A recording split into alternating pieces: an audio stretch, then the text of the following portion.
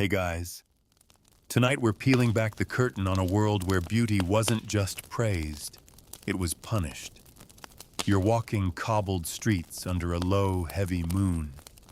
Lanterns sway in the cold night air, casting flickering halos over faces wrapped in linen and suspicion. You glance around. Everyone's watching, even when they pretend not to, especially if you're beautiful. And if you are, you probably won't survive this. Because tonight, we're diving deep into the forgotten truth in the Middle Ages. Being born beautiful, especially if you were a woman, could be the most dangerous thing that ever happened to you. It didn't open doors. It didn't lead to fame or fairy tales. It led to dark corners, whispered threats, jealous accusations, and sometimes fire. So before you get comfortable, take a moment to like the video and subscribe, but only if you genuinely enjoy what I do here. And drop your city and local time in the comments. I love seeing where and when you're listening in from. Now dim the lights, maybe turn on a fan for that soft background hum, and let's ease into tonight's journey together. You're not rich. You're not noble. You're just breathtaking. High cheekbones, wide eyes, hair that shimmers even in firelight. You didn't ask for this, didn't earn it, and yet it marks you. In your village, they call it a blessing with the same tone they'd use for a curse. You've noticed how women avert their eyes and men linger too long. You feel the heat of stares that aren't curious, they're loaded with judgment. The way the baker's wife scowls when you walk by. The way the priest always looks a little too long after Mass. You live in a time when beauty has no armor. There are no police to call, no concept of harassment, and certainly no fame to soften the fall. It's the 14th century, and your beauty has turned you into a spectacle, a liability, even a threat. You're barely 16, but the whispers have begun. A widow's cow fell sick last spring, and someone muttered that she'd seen you walking near its pasture the day before. You wore a red ribbon in your hair. Red is bold. Boldness is unholy. That was enough. That's all it takes. And the whisper is spreading.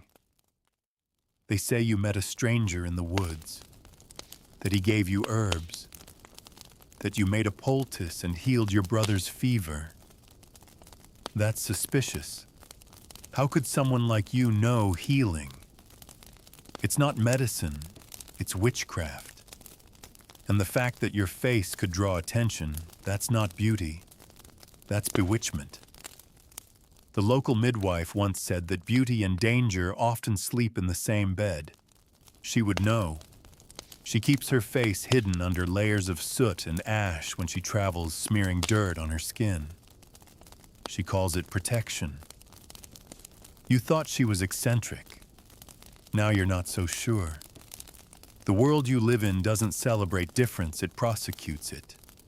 And beauty is the most visible difference of all.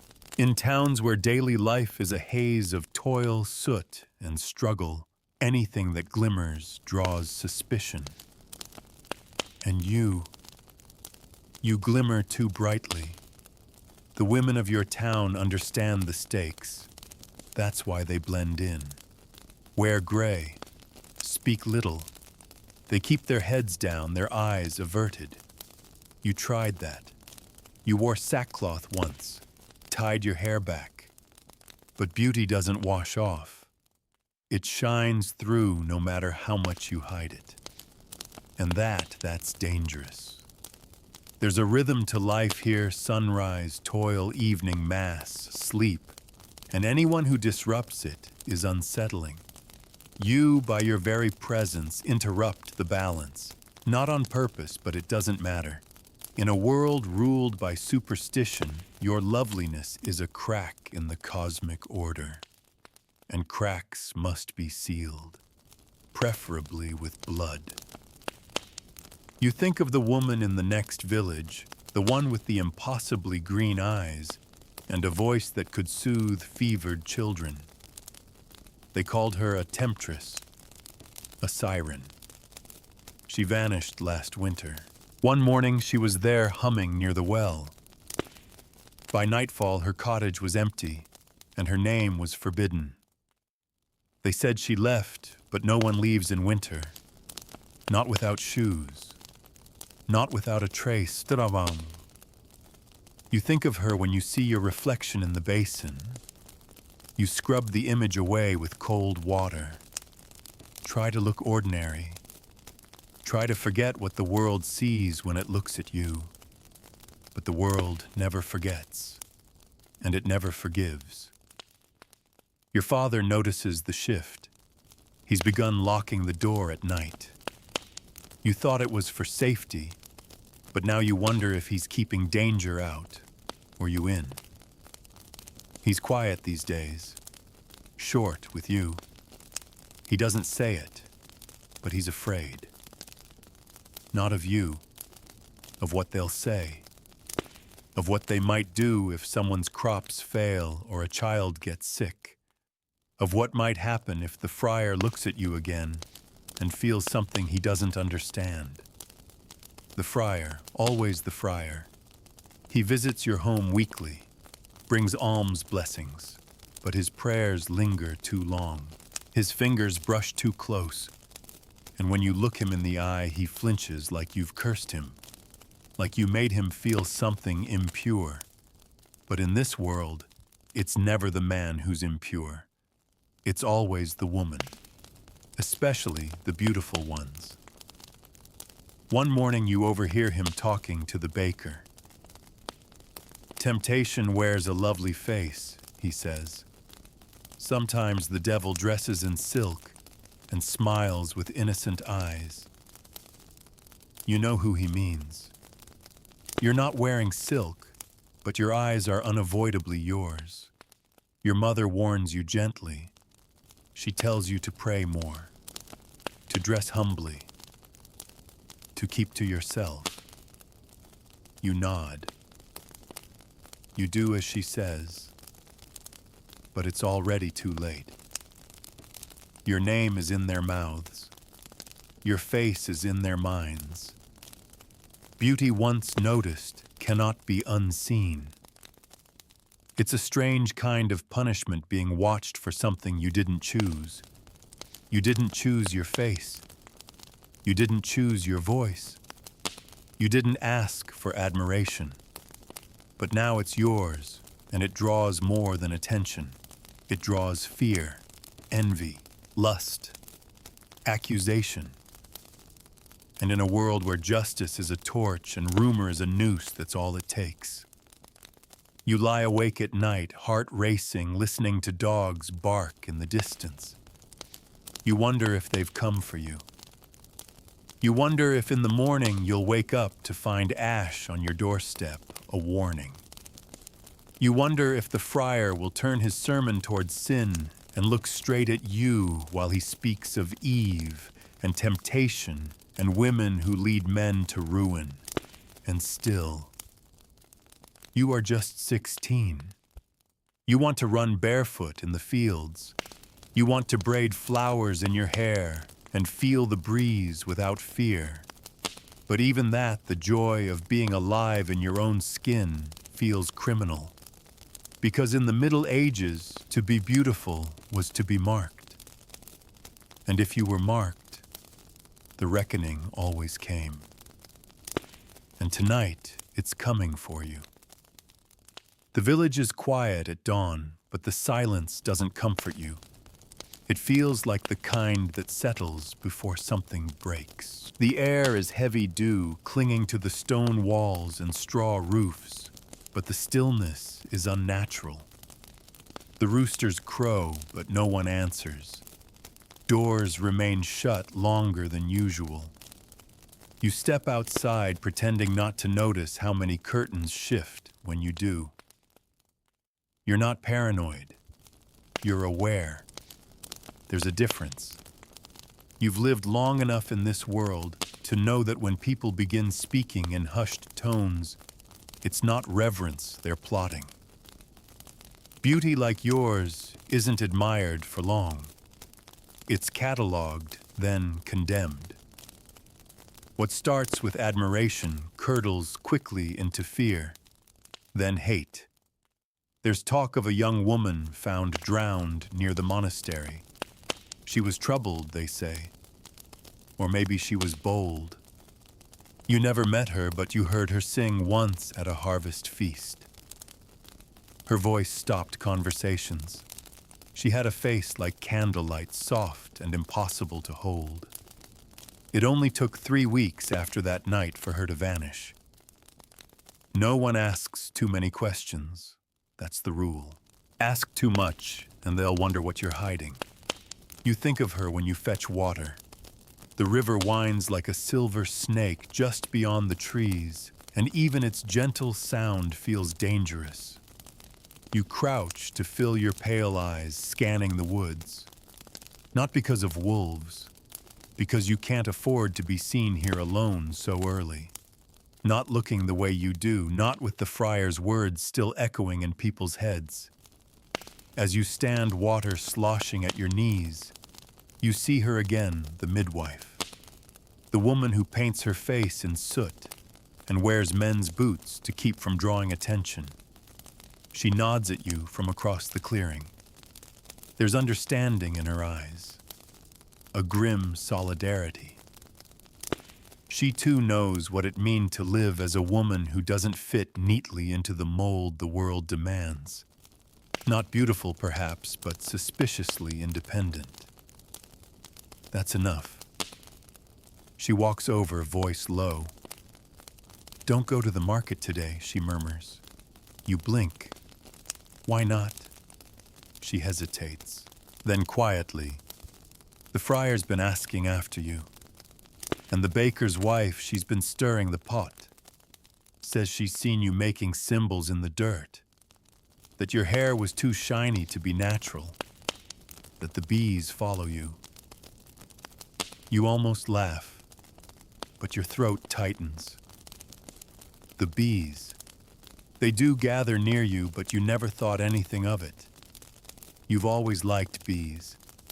You hum when you work, and sometimes they hum back. She grabs your wrist. Her fingers are calloused and firm. You need to dull it down. Everything. Your voice, your eyes, your walk. Or they'll come for you. And I can't stop them once it starts. The word they hangs in the air like smoke. They means the villagers. The good Christians who fear the devil in their neighbor's child. The women who see in you a version of themselves they were punished out of. The men who want what they're not allowed to want and need to blame someone for it. You try to heed her advice. You pin your hair under a rough woolen hood. You smear ash under your cheekbones. You pull your sleeves low and walk with your head bowed. But the thing is, fear is its own perfume. And now that you're trying to vanish, they're noticing you even more. In the square, the whispers grow louder. Children are pulled behind skirts when you pass. The smith's apprentice mutters something under his breath, "Devil's daughter." You pretend not to hear. You look at the ground.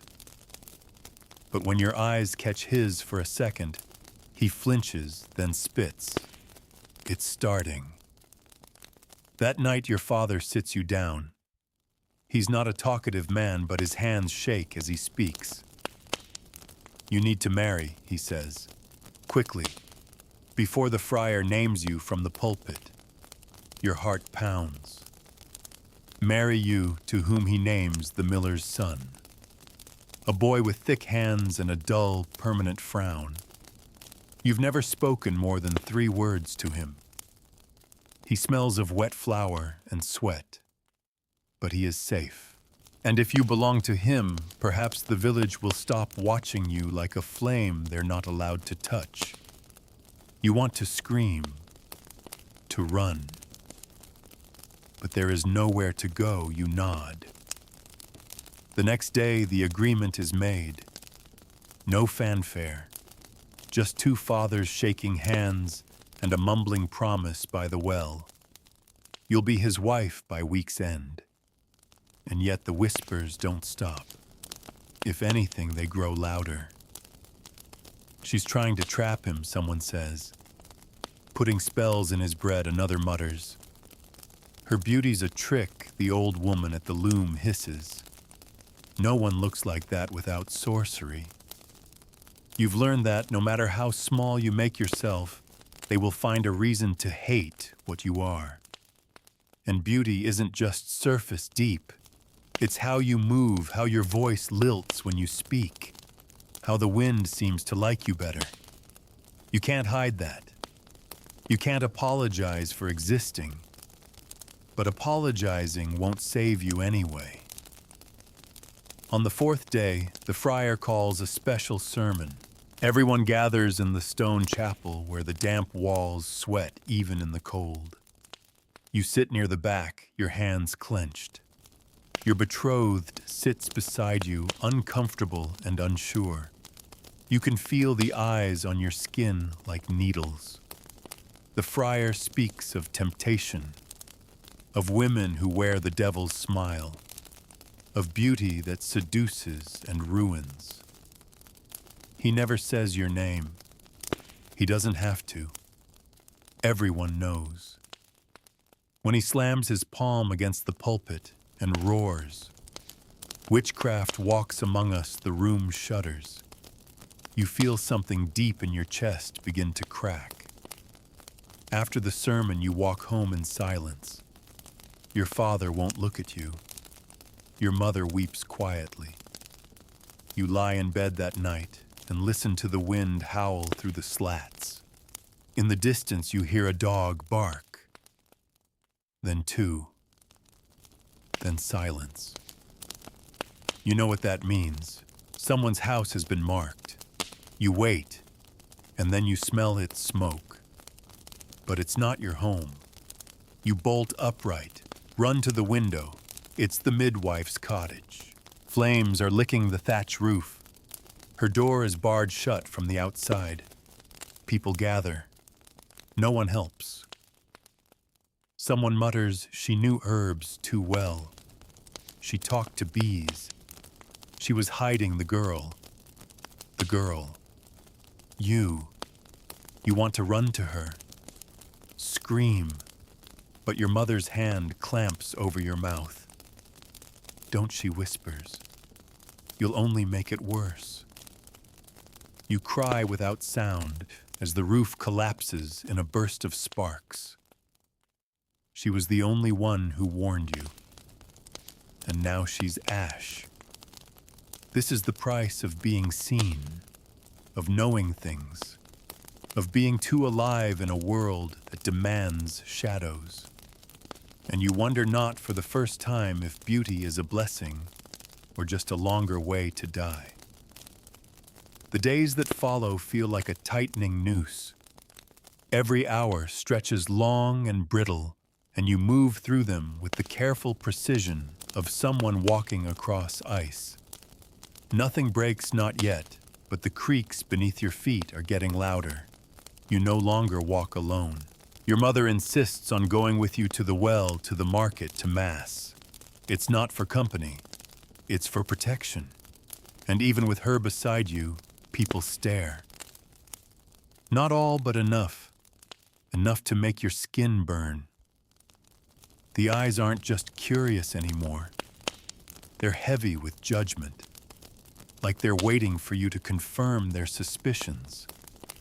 You wonder what they think they see. A witch. A seductress.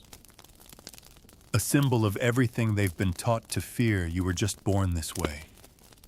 The bone structure, the clear skin, the voice that draws attention even when you whisper. You didn't earn it. You didn't ask for it. But none of that matters now. The midwife's cottage still smolders, a blackened heap of beams and memories. No one speaks her name. No one asks why. It's easier to believe the world is safer without her, that the fire was divine punishment, that justice was served. People need to believe that the world is fair even if they have to burn someone to prove it. And now you see how easily it could have been you. It still could be. The friar's eyes follow you like a hawk. He smiles when you walk past, but it's the kind of smile that hides teeth. He gives sermons about purity now more than ever, about the danger of unclean thoughts, about the need for order in God's world. And when he talks, the villagers nod. They listen. He is their voice, and he's pointing it at you. Your betrothed doesn't say much. He's quiet, unsure, uncomfortable in your presence. You can tell he doesn't want this marriage, not really. You make him nervous. He doesn't understand you. Maybe he even fears you like the others. But your father and his father made the deal, and now he's stuck with you. So he watches, waiting to see what sort of trouble you might bring down on him. One evening he speaks. They say you talk to birds. You blink. I feed them sometimes. At the window. He shifts. Just be careful.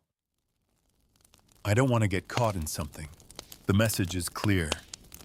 If trouble comes, he'll cut you loose. That night you lie awake again, staring at the thatched ceiling, wondering if there's a way out. Not a way to survive. A way to live. But the world you're in doesn't offer that. Not for someone like you. You hear horses in the distance, rare in your village. Only the sheriff or a nobleman would ride this late. The sound draws closer, hooves thudding against dirt. Then they stop. Right outside. Your father is already up. He opens the door cautiously. Two men stand in the moonlight. One wears chainmail. The other a thick wool cloak embroidered with a red cross. The friar stands behind them, hands folded. We've had complaints, says the one in armor, about your daughter. Your blood turns to stone. She's been seen alone at night, near the woods. Near the stream, there are signs, unnatural ones. Your father stammers. She's a good girl. The man in the cloak steps forward. His voice is smooth, dangerous. That's not what the bees say. And that's when you realize they've already decided. It doesn't matter what you say, what you've done or haven't done. The decision was made the moment your beauty disrupted their world. The rest is just theater. Still you try. I've done nothing wrong. The man turns to look at you. That's what they all say. Then he gestures. Two other men step forward from the shadows. They take your arms. Your mother cries out. Your father says nothing. They don't chain you, not yet. But they escort you through the village in the dark, past shuttered windows and doors that don't open. You see flickers of candlelight behind the cracks. You know they're watching. All of them. No one helps. They take you to the chapel. Inside, the air is cold and damp. You're led down stone steps into a small chamber bare, but for a chair, a table, and a few tools you pretend not to recognize. You're not accused outright. Not yet. But this is how it begins. Isolation. Questions. A slow unraveling. A different friar appears, this one older, his face creased and solemn. He introduces himself as Father Elias. He seems calm, gentle even, He sits across from you, folds his hands, and studies you as if trying to solve a puzzle. Do you know why you're here? You nod. Because I'm pretty. He smiles faintly. That's not what people say, but it's what they mean. He leans forward. They say you charm animals, that your touch heals, that your eyes can draw men into sin, that your presence is unnatural. You stare back. If that were true, I'd charm you right now and walk free. He actually laughs. A clever one. I rad. I listen. He narrows his eyes. A girl who reads, I had a brother. He taught me letters before he died. That seems to unsettle him more than anything else so far. He changes tone. Softer. You must understand, child. The world is fragile. God made it in order. Men must be men. Women must be obedient. The line between holy and unholy is thin, and those who step outside it. He trails off, letting the silence finish the sentence. You nod slowly.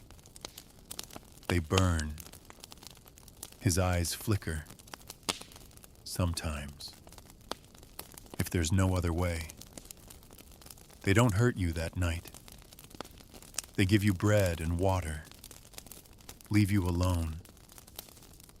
But they don't let you go. You sit in the dark, listening to the stone drip with moisture. You count your breaths. You think of the midwife. You wonder if she sat here too. You wonder how many others have. You aren't the first, and unless something changes, you won't be the last. You sleep in short, sharp bursts, dreams filled with smoke and bees and laughter that turns into screams. When morning comes, so does more questioning. Not torture, not yet. Just hours of sitting still while men ask the same things over and over, waiting for you to slip. What do you dream about? Have you ever felt a power inside you? Have men tried to tempt you? Do you like it when they look? You answer calmly, blankly, like a doll. They don't want the truth. They want a confession, or at least the outline of one. Father Elias is the gentlest. The other friar, the one who brought you in, pushes harder, demands, threatens. One time he screams, slams the table. You don't flinch. That seems to frustrate him more. You think your looks will protect you, he growls. They won't. They're why you're here. You finally speak. Quiet, steady. I didn't ask for them. He leans in, eyes wild. No one asks for sin, but they answer it just the same. That night you hear something that makes your blood freeze. A hammer, then wood. They're building something outside. You don't need to see it to know. It's the platform. The one they use when talk runs out. The one they used for the midwife. You sit in the dark and wonder, is there a way to unbeauty yourself? Can you change your face, your voice, your very being? And if you could, would it even matter? Because maybe the real sin isn't what you are. Maybe it's how much they hate that they noticed. You don't cry. You stopped crying the night they took you, because something inside you understood even then that tears wouldn't save you. Not in a world like this. Not when you're a girl whose face has become a battlefield for everyone else's demons. But your body still trembles.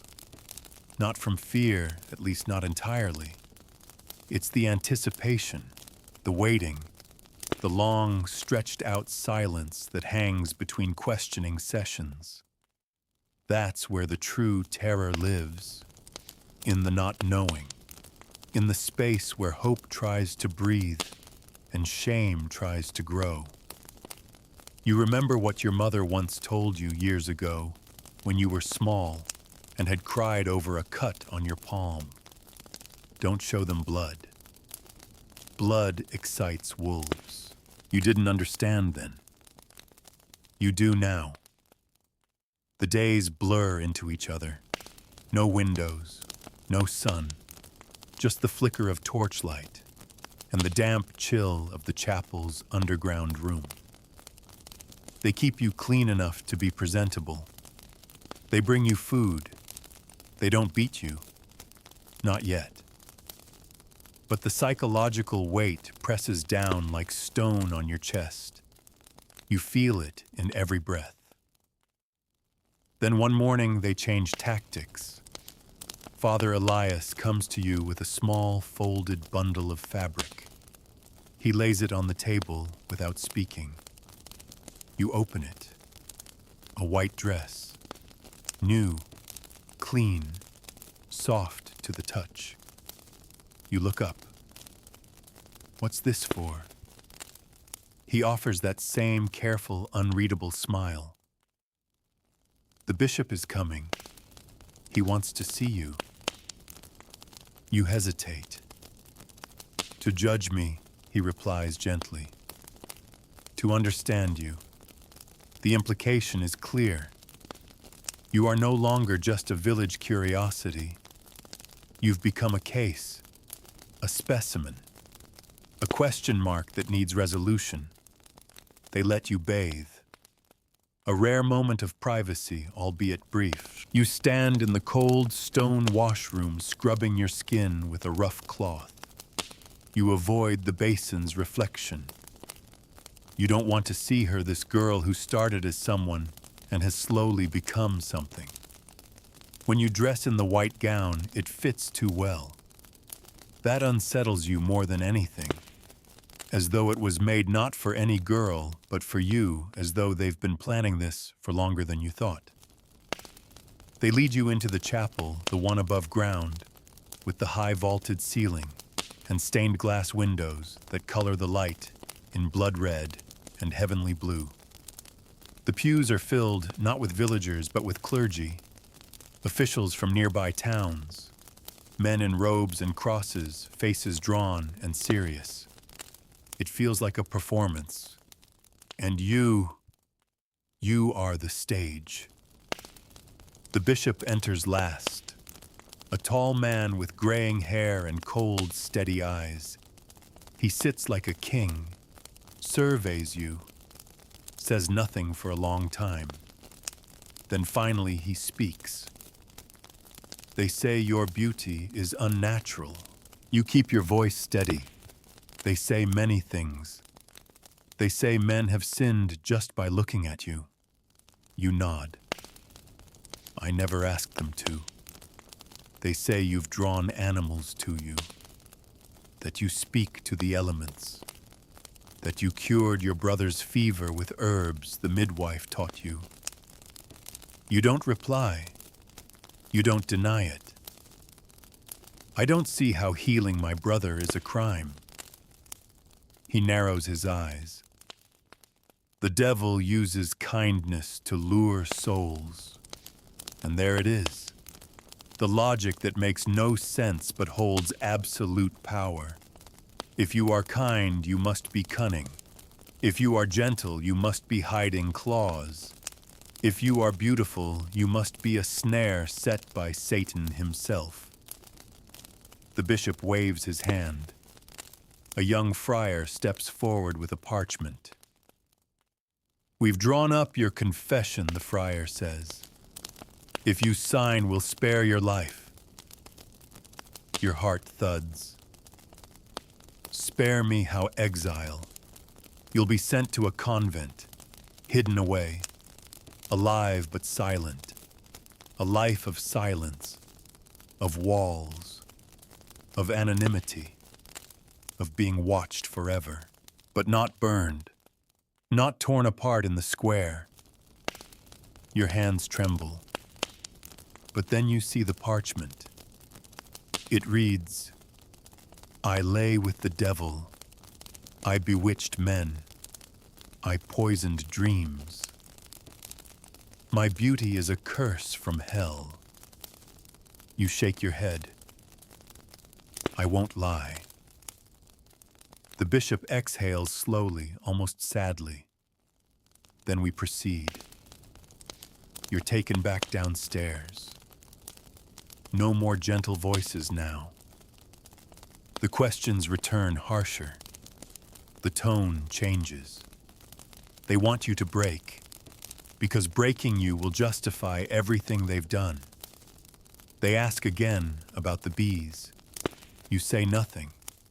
They ask again about the midwife. You say she was kind. They call her a witch. You don't flinch. But your strength is thinning. It's been days now, maybe longer. You've lost count. Time has softened. The cold never leaves your bones. Then one night, a flicker of something different. You hear footsteps softer than the others. Not the shuffle of monks, not the clatter of guards. The door opens and a figure slips inside. It's a woman. Young, clean robes, pale eyes. She closes the door behind her and approaches without fear. "I'm Sister Ameline," she whispers. You stare. "Are you here to question me too?" She shakes her head. "I'm here to warn you." You blink. They're going to find you guilty no matter what you say. The bishop has already written the verdict. The others are just waiting for the right moment to announce it. You clench your fists. Then why tell me? She hesitates. Because I was like you once. Not beautiful, but marked. Different. I asked questions. I read books. I saw patterns where others saw chaos. They sent me here. I've spent 10 years hiding my mind. Why haven't they come for you again? She leans closer. Because I learned how to disappear inside obedience. You can't breathe for a moment. She continues. You can still sign the paper. Say the words. Give them what they want. It won't be life, but it won't be death either. You whisper. But it won't be me anymore. Sister Ameline closes her eyes. No, it won't. She slips away as quietly as she came. The next morning they call you again. This time there's no pretense, no smiles, no bread, just the platform, already built, sturdy, tall. A crowd has gathered. Villagers, children. Your betrothed stands in the back aisles, downcast. Your mother isn't there. You're led up in silence. The bishop stands beside you, holds up the parchment, offers it one last time. This is mercy, he says, but it isn't mercy. It's erasure. You look out over the crowd, and in that moment you understand something chilling and final. They don't want you to burn because you're evil. They want you to burn because you're beautiful, and they need a reason to feel good about watching you suffer. You don't move.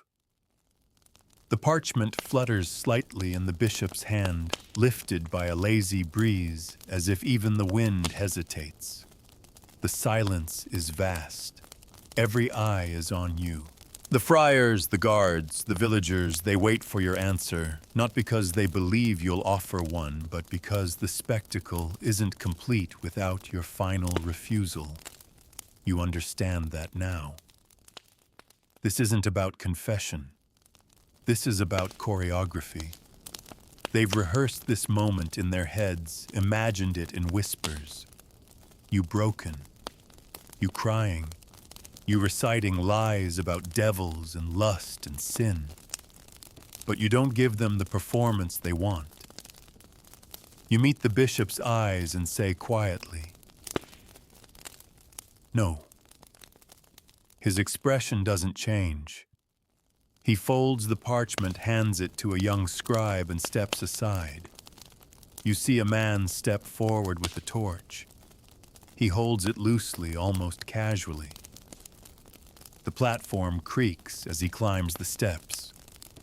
Someone tightens the ropes around your wrists, though you've offered no resistance. A final absurdity binding a girl already condemned. The crowd leans in, and just before the flame meets the kindling, something interrupts. A scream, high, raw, and panicked from the edge of the crowd. A woman rushes forward, not young, not strong, but fast enough to reach the platform before the guards catch her. It takes a moment to recognize her. She's covered in soot hair, wild clothes torn. But it's your mother. She throws herself to the ground in front of the bishop. "Please," she cries. "She's just a child. She's innocent." The bishop's expression hardens, but he waits. For a moment, there's tension, a ripple of discomfort. Your mother pleads. She never bewitched anyone. She helped her brother, yes, but with herbs, I taught her. She sings because she's happy. She smiles because she's kind. You want to stop her. You want her safe. You want to tell her that none of this will matter. But her voice cracks through the air like thunder. And for a brief second, just a breath, you feel something shift. Not in the bishop, not in the friars, but in the crowd. A few of them murmur. A few of them glance at each other. A few, for the first time, hesitate. The bishop notices. He gestures sharply. Guards seize your mother. She struggles, then goes limp in their arms, sobbing. But the pause has been enough to buy you one more delay. The bishop turns back to you. "We'll resume at first light." You're unbound. Taken back to the chamber below. The door slams. The lock clicks. The silence returns. But inside you, something's stirring. It's not hope. Not yet. But something adjacent to it. The realization that not everyone in the crowd wanted to see you burn. That not every eye was filled with bloodlust. You replay your mother's words, her defiance, her tears, her strength. You sit in the corner of the cell and wait for sleep, but it doesn't come. Instead, your mind drifts backward years into the past.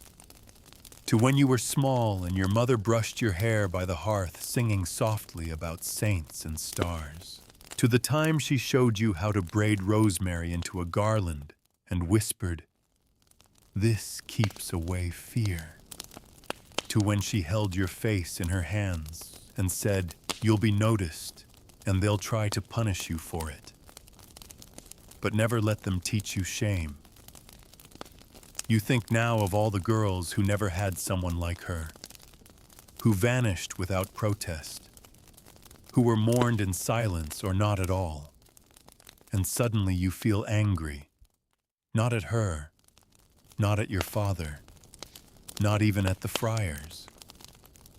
You're angry at the world that made this possible, at the lie that beauty is power when for you it's been nothing but a mark, a curse, a sentence passed without trial.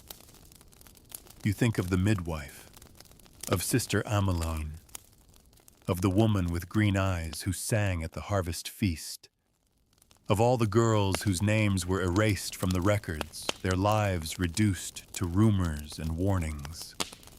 You think I will not vanish like them. You don't know what that means yet. You don't know how you'll survive. But you know this: if they want to burn you, they will have to name exactly what they're doing. You won't call it justice for them. You won't pretend their fear is righteous. If they kill you, they'll have to live with the knowledge that they murdered something good, something gentle, something beautiful, not because of sorcery, but because you dared to be yourself. The night passes slowly. In the hour before dawn, you hear footsteps again. Expecting another friar, you sit upright, prepared. But it's not one of them. It's Sister Ameline. She shuts the door softly behind her and kneels beside you. You've shaken them, she says. You laugh bitterly. Not enough. She holds out a small bundle. There's a key and bread. And this, she shows you, a strip of linen marked with strange, unfamiliar symbols, is a warding charm. I don't know if it works, but the friars believe it does. You stare. You're helping me escape. I'm giving you the choice. Why? She pauses. Because they won't stop. Not with you. Not with the next girl. But if you get out, if the story spreads, it might make them hesitate next time. And that might be the crack that brings it all down. Your hands shake as you take the bundle. She rises, gives you one last look. There's a gate behind the chapel. It opens just before the morning bell. You'll have 2 minutes. Then she's gone. And now it's you. Alone. You wrap the charm around your wrist, tuck the bread into your skirt, and hold the key like a talisman. When the moment comes, you move fast. The hallway is empty. No voices, no torchlight. You climb the stairs, heart pounding so loudly, you swear it echoes off the stone. At the back of the chapel, the gate stands closed. But the key fits. It clicks. You slide through the opening barefoot and breathless into a world still painted in pre-dawn gray. And you run. Not away from something, but toward the chance, however small, that your beauty might survive this world. Not to be punished, but to finally truly be seen. Your feet hit the earth like thunder in your own chest, pounding rhythm into the quiet dawn. Each breath burns, but you don't slow down. You don't dare. Behind you, the chapel fades into mist, its bell tower swallowed by the trees. But you know what lies inside: questions and ropes and fire, and you're not going back. The forest greets you like a stranger who might be a friend, might be a thief. It doesn't care who you are. That's what makes it safer than the world behind you. The path is soft with damp leaves and half-rotted branches, the undergrowth thick. You move without thinking, without planning, just going forward. Always forward. There's no plan beyond escape. No destination beyond not here. You keep running until your legs can't carry you. Then you stumble into a grove and collapse beside a hollow tree chest, heaving hands scraped raw. For the first time in days, there's no one watching. No one pressing you to confess or calling you a curse wrapped in silk skin. You expect to cry, but instead, you just breathe. It's strange how alive you feel in this moment. Your hair is tangled, your dress torn, your body sore. And still you're more alive here than you've ever been, because you're no longer waiting for someone to decide what you are. For once you are simply yourself. You don't stay long. You can't. You know that when they find your cell empty, they'll come. The friars, the guards, the bishop, none of them will take your defiance lightly. And the villagers, they'll whisper louder now. The girl escaped. The witch vanished. A beautiful creature slipped through their hands. That's almost worse than a public execution, a living symbol of their failure. You rise and walk deeper into the woods. By midday, the sun has broken through the clouds. You pass a stream and drink until your throat no longer aches. You wet your hair and wash the worst of the grime from your face. When you look into the water, you see yourself paler than before, bruised eyes dark with exhaustion, but still unmistakably you, still beautiful. And you hate that for a moment that scares you. You pull your hair back and cover it with a scarf of leaves and grass, crude but enough to dull the shine. You wrap your dress tighter. You make yourself smaller again. And you keep moving. By evening, the forest thins. You hear voices up ahead different from your village's sharp accents, softer laced with southern vowels. A new town, maybe. Somewhere they don't know your face. Somewhere your name hasn't been cursed from a pulpit. You consider walking in as you are. Then you remember beauty doesn't need an introduction to be feared. Instead, you wait until dark and slip into the outer edges of the village. There's a stable near the back, its door ajar. Inside, warm hay and the soft huff of a sleeping mule. You curl beside it, your body aching with every shift. You press your back to the wall, hide your face beneath your arm, and for the first time in days, you sleep.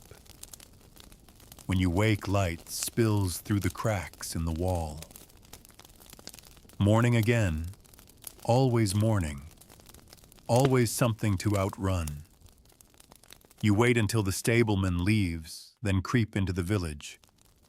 It smells different here, cleaner. There's bread baking, smoke curling from chimneys, children laughing. The kind of laughter that doesn't come from fear. Still, your body stays tense. The lesson is carved into your bones. Joy is always temporary. The world doesn't allow it for long, not for girls like you. You pass a mirror in a shop window, silvered glass, rare and costly.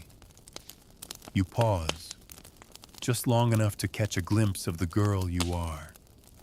Pale, hollow-eyed, but alive. Not burned, not buried. You blend into the crowd as best you can. There's a woman selling eggs at a cart. Her eyes meet yours, and she doesn't flinch, doesn't stare, just says hungry.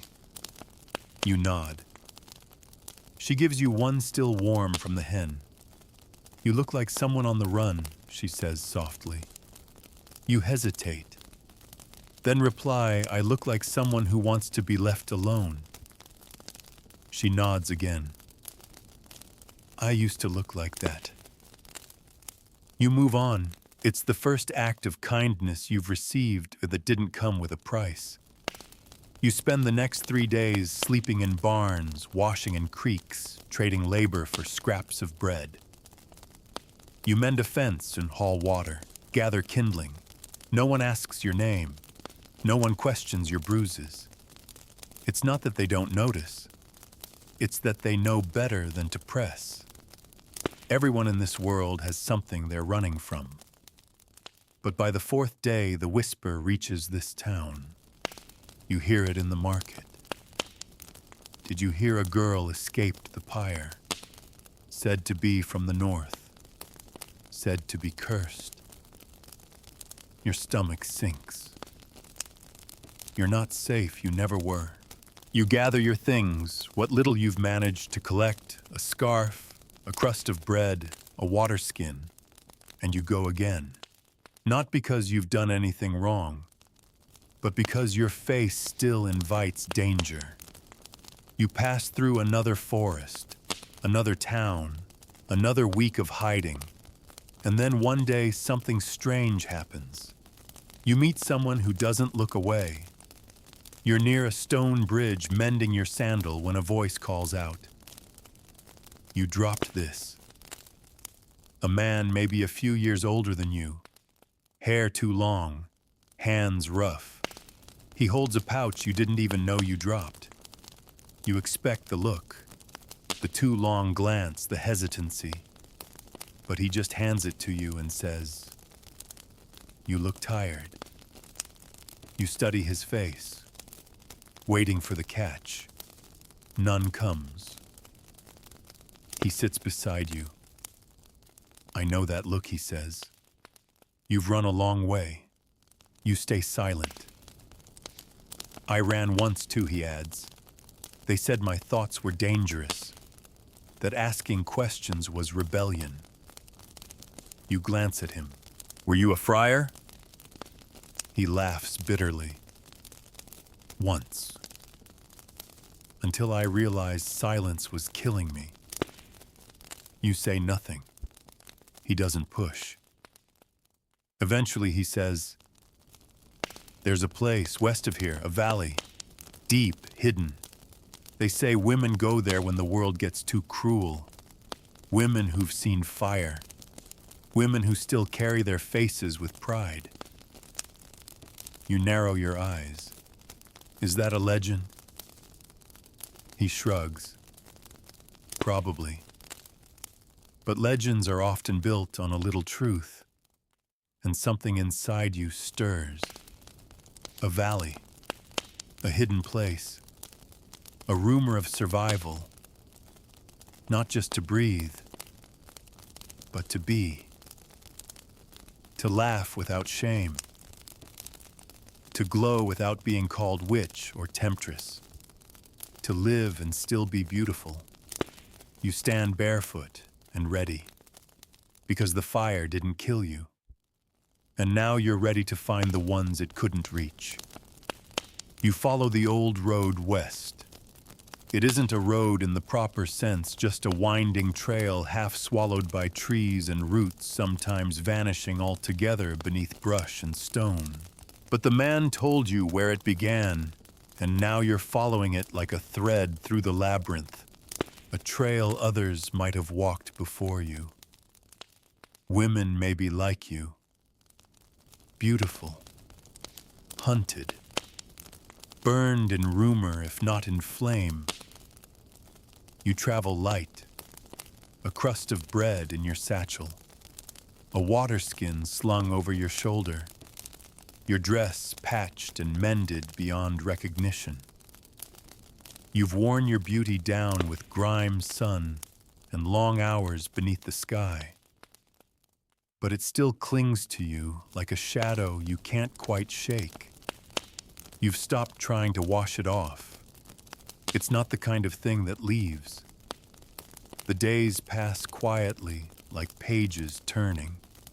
You sleep where you can, beneath trees in caves, under the skeletons of old wagons. You eat berries and what little you can trade for labor in the occasional hamlet. No one knows your name. You've stopped offering one, but you listen. Every village, every market, every fire pit you pass carries stories.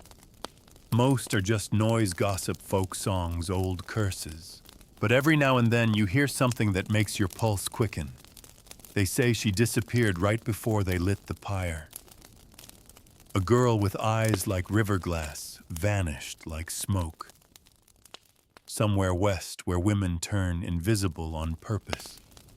Some say it with fear, others with envy, a few with quiet hope. You don't speak, you just keep walking, and the road changes. The trees grow taller, stranger. The sky feels closer somehow.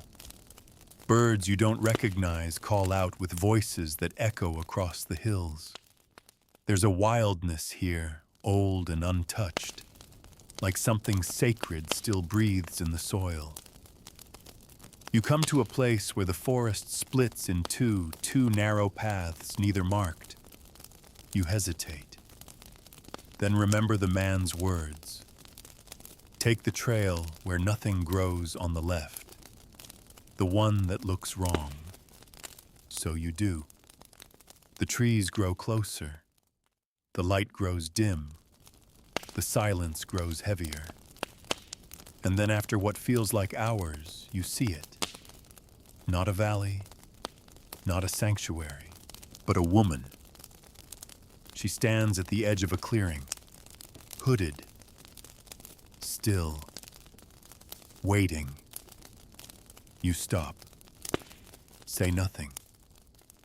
She lifts her hand slowly and beckons. You step forward, closer. She lowers her hood, and you see her. Her skin is scarred like something once tried to carve the truth out of her face and failed. Her eyes are dark and calm. Her lips never smile, but they don't need to. Her presence is its own message. Did they try to burn you? You ask quietly. She nods once. How did you escape? I didn't. Her voice is deep. Steady, I endured. You don't fully understand. But she turns and you follow, down a narrow, hidden trail, and then suddenly it's there. The valley. A place not marked on any map. A place no friar would think to look. Green, low, cradled between mountains that guard it like sentinels. There are huts scattered along the slopes, smoke rising from quiet chimneys, gardens, springs, 100 lives, it seems, breathing in secret. And the women, they are everywhere, tending goats, kneading dough, reading scrolls, laughing, weaving, singing. Not all are beautiful, but many are, and all of them are whole. They see you and do not recoil, do not stare, do not accuse. Some smile, one waves. No one asks your name, no one needs to. The woman who brought you here walks ahead. You follow her to a roundhouse built into the hill. Warm firelight flickers inside. She turns to you and says simply, "You may stay, if you can live without fear." You ask, "And if they come looking for me?" She looks out at the mountains.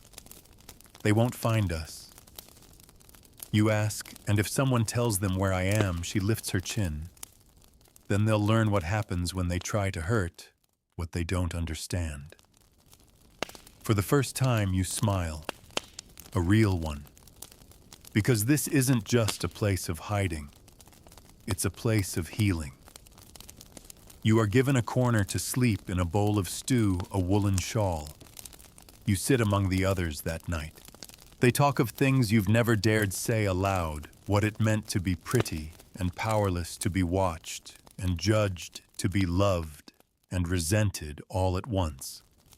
They share stories that feel like mirrors, and you understand. You are not alone. Not anymore. Later that night, you step outside.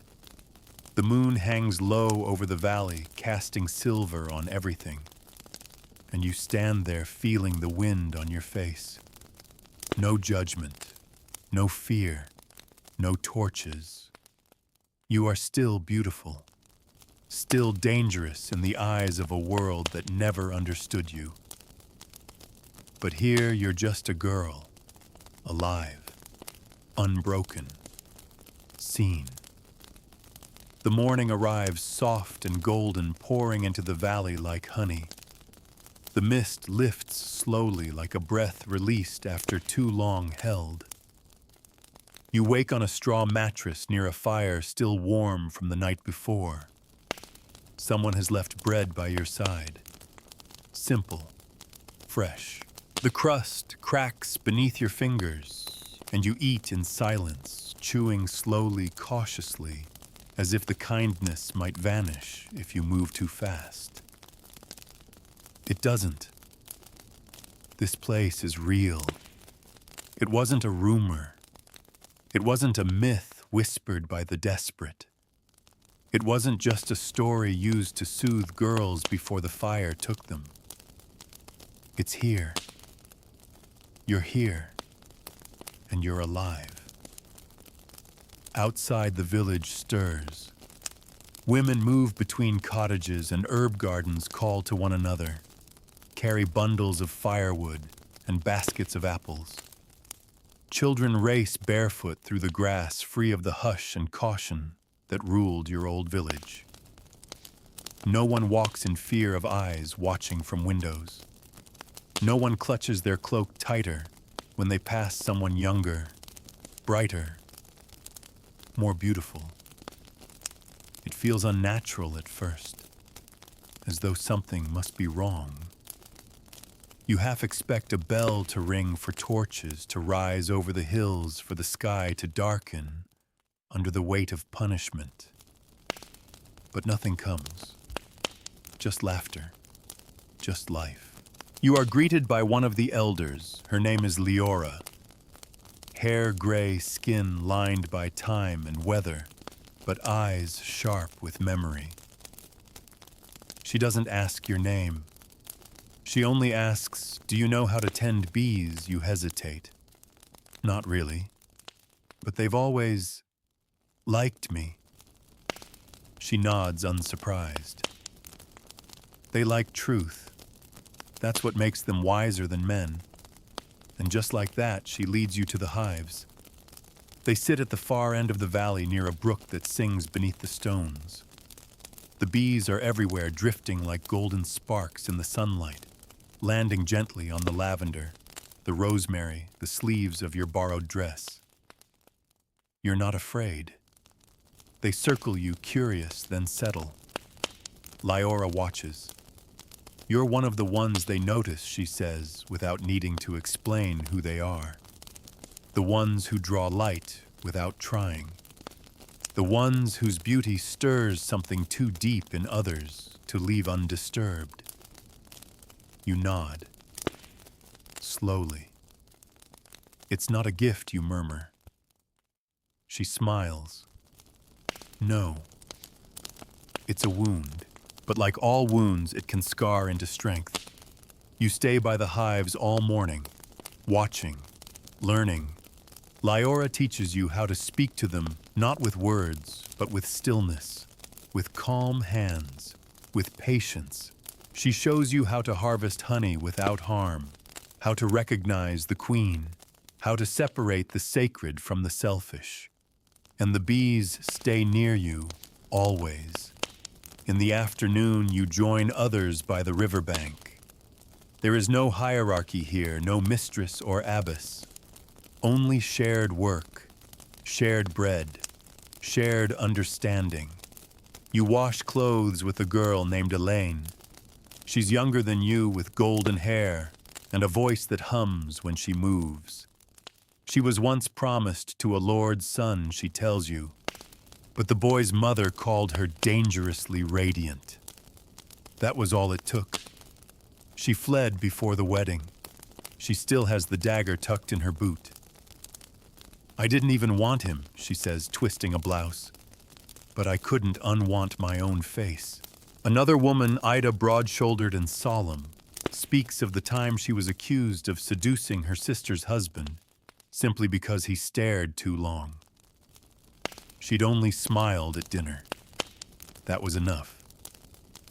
And you tell them about the platform, the rope, the parchment, your mother screaming, the fire that never came but nearly did. They listen. No interruptions. No shock. Just nods. Because they've heard this story before. They've lived it. That night you sit by the fire and someone sings. Not a hymn, not a lament. A song of defiance, a slow, low melody about women who would not bend their necks even when the blade was raised, about those whose beauty could not be taken from them, not by fire, not by exile, not even by time. You feel something rise in you, not pride, not yet, but defiance, the smallest spark of it, and it feels like truth. Before sleep, you walk alone through the valley's edge. The moon follows you full and silver. You stop at the stream, kneel, and stare into your reflection again. And this time you don't flinch. Your face is the same. Hollow-cheeked from weeks on the run, eyes shadowed. But still undeniably beautiful. Still the same high cheekbones and long lashes that once drew praise, then envy, then judgment. But tonight, you don't see a curse. You see a survivor. You see the fire they built for you and the girl who walked away from it. Not because they let you, because you took that right for yourself. A sound behind you, a twig snapping. You turn instinctively, ready to flee. But it's Elaine. She smiles gently and hands you something. A mirror, not glass. Polished metal, the kind used in older times. Its surface is imperfect, warped around the edges, but it reflects you all the same. Elaine says Leora told me to give this to you. It belonged to the first woman who ever came here. The one they burned, but didn't kill. You hold it in your hands, unsure. She used to say, Elena whispers, "If they hate your beauty, let them see it brighter." And with that, she leaves you alone again. You stare into the mirror, the firelight dancing in your eyes. And for the first time in your life, you allow yourself to believe that maybe, just maybe, they were never afraid of your beauty. They were afraid of your power. The mirror becomes a kind of companion. You don't carry it openly. It stays wrapped in cloth, hidden in your satchel. But when you're alone, you take it out. Not for vanity, not even to reassure yourself that you're still here, still real, but for something deeper, quieter. You look into it like someone returning to a childhood home that burned down. Ruined, yes, but familiar. Over time, you begin to see your reflection differently. Not as something to fear or disguise, not as bait for sin, not as a sin itself. You see layers, history, scars beneath the softness, firelight behind the eyes. You see the girl who once knelt in her family's chapel, praying to be less seen, and the woman who now walks freely through a valley no friar would dare enter. Your face has been the reason for whispers, for envy, for shame. But it is also your testimony, a record of survival.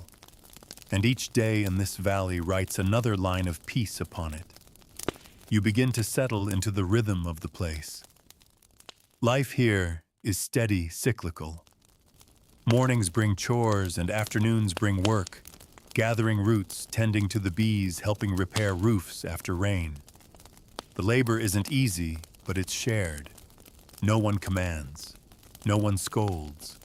Each woman contributes what she can, how she can, and no more is asked.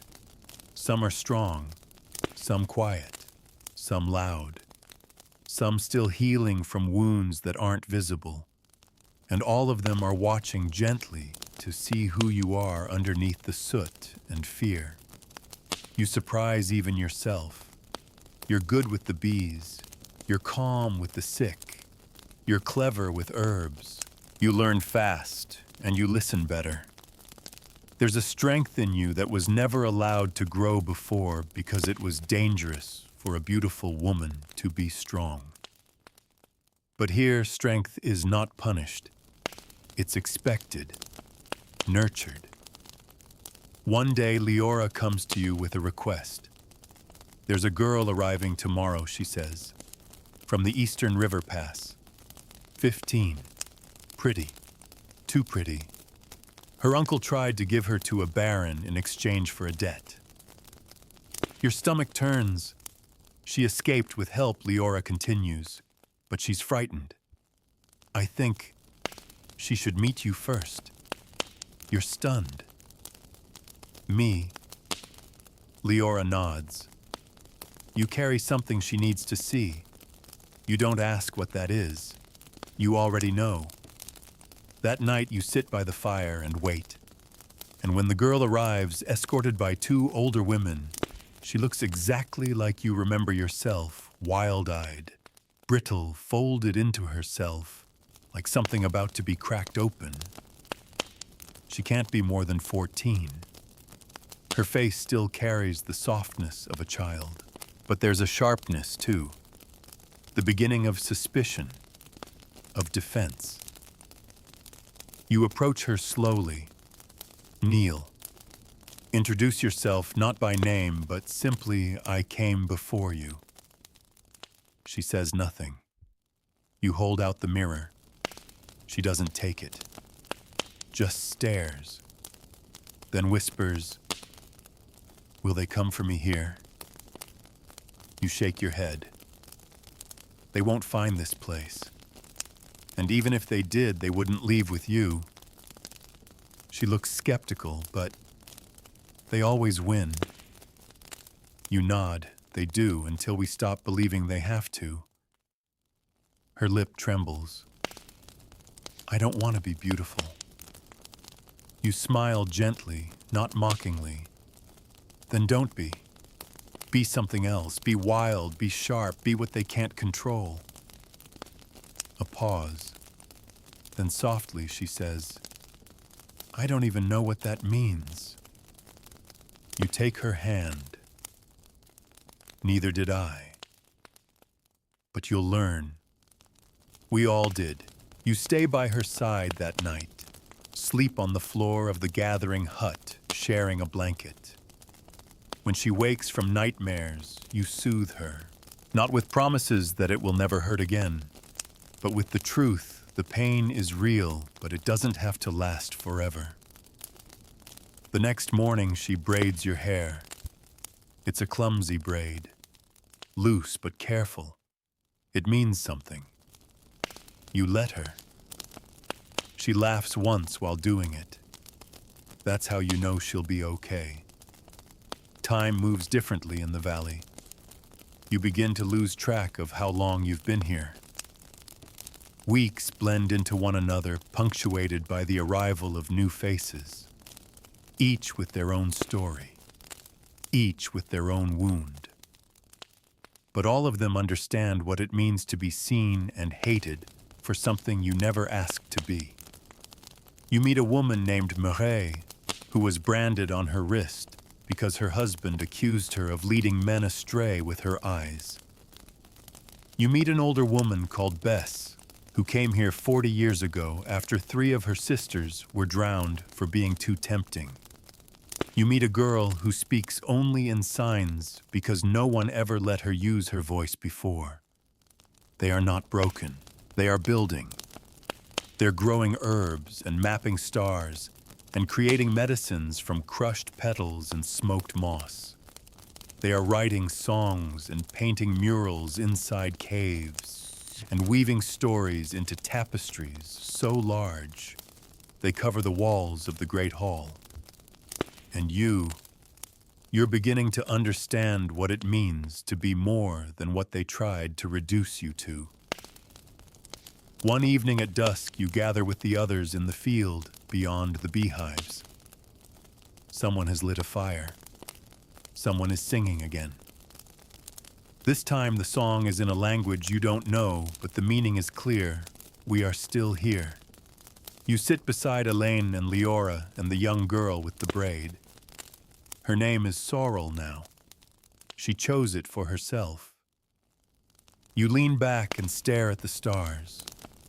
And for the first time, truly and deeply, you feel this truth in your bones. You were never meant to burn. You were meant to shine. It begins with a letter, handwritten, sealed with wax, and passed from one traveler to another, until it finds its way into the valley. Most who enter here do so without anything at all, just bruises and silence. But this woman arrives with purpose in her eyes and a folded piece of parchment in her hands. She gives it to Leora without a word, and Leora reads it with that same deep, patient stillness she brings to everything. You watch her face closely. You're learning to read her silences now, the twitch of an eyebrow, the pause of a breath. Something in the letter changes her. You don't ask questions, not yet. But later, after the woman has been welcomed and fed, Leora finds you. It's from someone in the bishop's house, she says simply. An acolyte. Your heart clenches. You remember the bishop's face, his voice, the platform, the torch. What does it say, you ask? Leora studies the letter again before answering. It says your escape has become legend. You blink, legend. She nods. They say a girl condemned for beauty slipped away from fire. That her voice was too pure, her eyes too bright. That when they tried to light the pyre, the wood would not catch. You snort. That's not what happened. I know, she says calmly. But the world doesn't always care what's true. It cares what echoes. The acolyte, she explains, is not entirely loyal to the bishop. There are others, too, servants, scribes, even younger clergy, who've begun to question the way things are done. Not loudly, not enough to risk their lives. But the seeds are growing. They speak of you, Leora says, of the girl who defied the fire and vanished. They whisper about where you might have gone. Some say you died in the woods. Some say you live among wolves. Some say you turned into wind. And what do we say, you ask, your voice soft? Leora smiles, the corners of her eyes crinkling. We say you're sitting right here, eating too much honey. You laugh, and it feels lighter than it should. But beneath it, a weight is shifting. You're not forgotten. You're remembered. And not as a witch or a temptress or a danger, but as a mystery, a myth, a challenge to the world that tried to destroy you. It's tempting to leave it there, to let the stories swirl and grow to live in peace while the world builds legends around your silence. But something nags at you, a restlessness, a low, steady hum in your chest that won't quiet. It finds its voice one evening by the fire. Sorrel sits beside you, braiding the petals of a wilted flower into a chain. I heard them say you made the fire stop, she says suddenly. You raise your eyebrows. Who, the new ones? The sisters who came last week. One of them said you looked at the wood, and it turned to ash. You smile. Is that what they're saying now? She nods. Did it? No, you say after a pause. But I did look at them, and I didn't look away. Sorrel considers this turning a petal between her fingers. That's scarier than fire, I think. You don't answer, but you think she's right. That night, after everyone has gone to sleep, you sit beside the stream and take out the mirror. You look into it, not at your beauty, not at the shape of your face, but at the life behind your eyes. The flame that survived. The girl who refused to vanish. And you whisper something you haven't said aloud. Until now, I want them to know I lived. Not just the ones who tried to hurt you, but the ones still out there.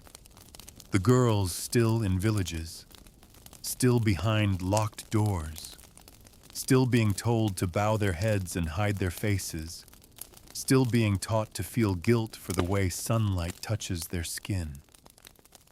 You want them to know most of all.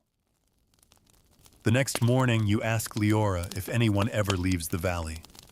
She considers the question carefully, as always. Sometimes she says, when they're ready, you ask, how do they know? And she answers, they stop asking if they deserve to be seen. They start asking who needs to see them. That stays with you. It follows you as you gather herbs, as you work the beehives, as you help build a shelter for 3 sisters who arrived with nothing but each other. You start to notice things. How new arrivals listen to you more than others. How they wait for your reaction before deciding whether to trust.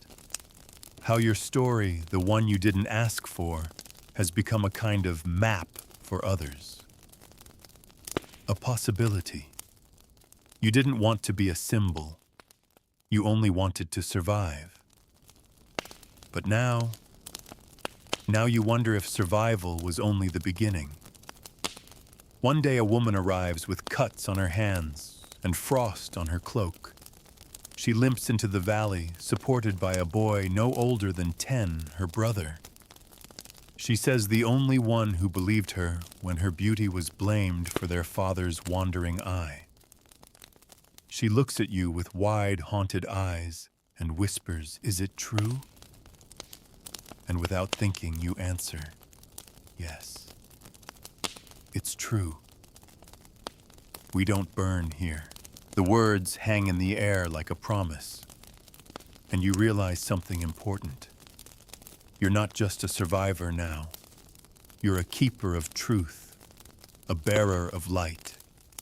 And for every woman who walks through the gates of this valley blinking against the weight of freedom, your story is the first warmth they feel. So you begin writing. Not letters to send, not diaries to hide, but scrolls to keep.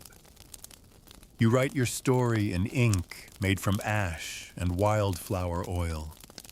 You write about the village, the friar, the platform, the girl you were, the one you became, the one you are now.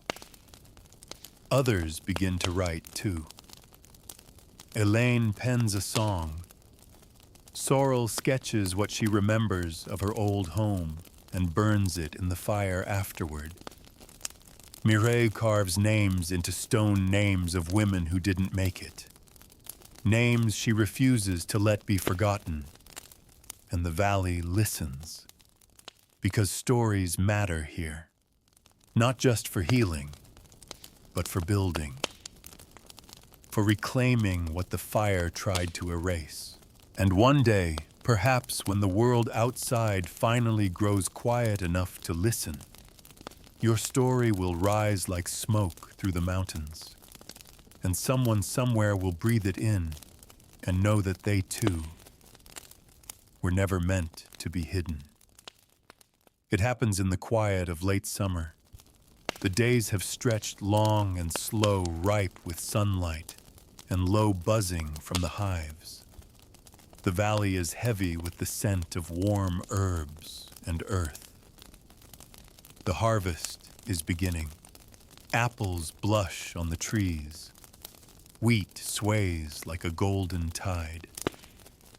Leora has taken to humming as she works a sure sign that the weather's been kind and the stores will be full. But in the stillness of the dusk, just as the light begins to fade, and the air turns cool against your skin, you sense it.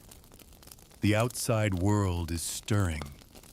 It begins with a pair of riders seen just beyond the hills, far enough not to alarm, close enough to notice. They pass through without stopping. Don't even look in the valley's direction. But the watchers on the ridge take note.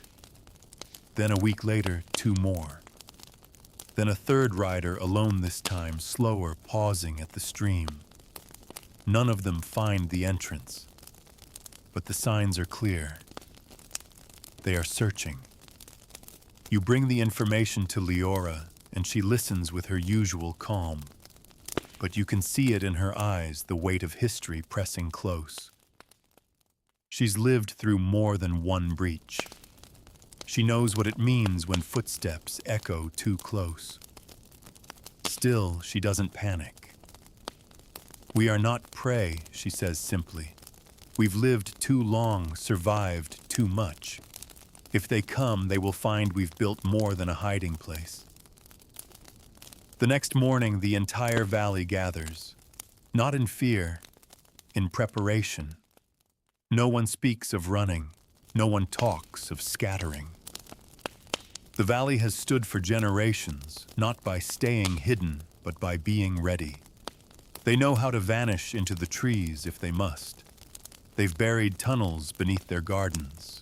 Caches of food and medicine line the caves in the hills. And every woman here, no matter how soft her hands or gentle her voice, knows what it means to fight when survival demands it. But still, this is different. Because this time, they may not be hunting any woman. They may be hunting you. You walk alone that evening down the winding trail near the outermost hives. The bees greet you, rising and falling in slow, glowing spirals. You kneel beside them, press your palm to the earth, and feel its quiet thrum beneath your skin. There is peace here. Real peace. Not the kind you steal, the kind you build. And the thought of it being torn away by men who never understood, who only feared, fills you with something sharp and hot. Not dread, fury. You remember what it felt like to stand on the platform, rope around your wrists. The bishop's cold voice offering mercy. The friar's scowl. The silent crowd that said nothing while they waited for your scream. You remember how small they tried to make you. And you remember running not to disappear, but to become. And you did. You are no longer a frightened girl. You are no longer a woman pretending to be plain to survive. You are not even just a symbol. You are something more. The next morning, you return to Leora with a decision. If they're looking for me, you say, "Let me face them." Leora doesn't react right away. She looks you over like she's measuring more than just your height or posture, like she's looking for a flame behind your ribs. She nods once. "You've grown," she says. "I knew you would. You don't ask for permission. You prepare." A small group forms around you, Elaine, Sorrel, Mireille, and 3 others who know the outer woods as well as their own dreams. You dress in sturdy linen. Hide your hair. Paint a thin line of ash beneath each cheekbone. You're not trying to disguise your beauty anymore. You're trying to remind yourself what it cost. You travel north for 2 days, moving through dense brush and rocky fields, always careful, always silent. The road is old, and it remembers blood. You pass a fallen tree carved with forgotten names. You pause only once to mark it with your own burned into the bark with a heated blade. The 3rd night, you make camp near a crumbling watchtower. That's when they find you. Not friars, not knights. 2 messengers, unarmed. Wearing the crest of a southern house, one you recognize vaguely from stories whispered in your childhood. A house that once married off its daughters like bread sold in the market. The lead messenger steps forward, cautious but unafraid. "We were told to find the girl who vanished from the fire," he says. "The one whose beauty curses men." You don't flinch.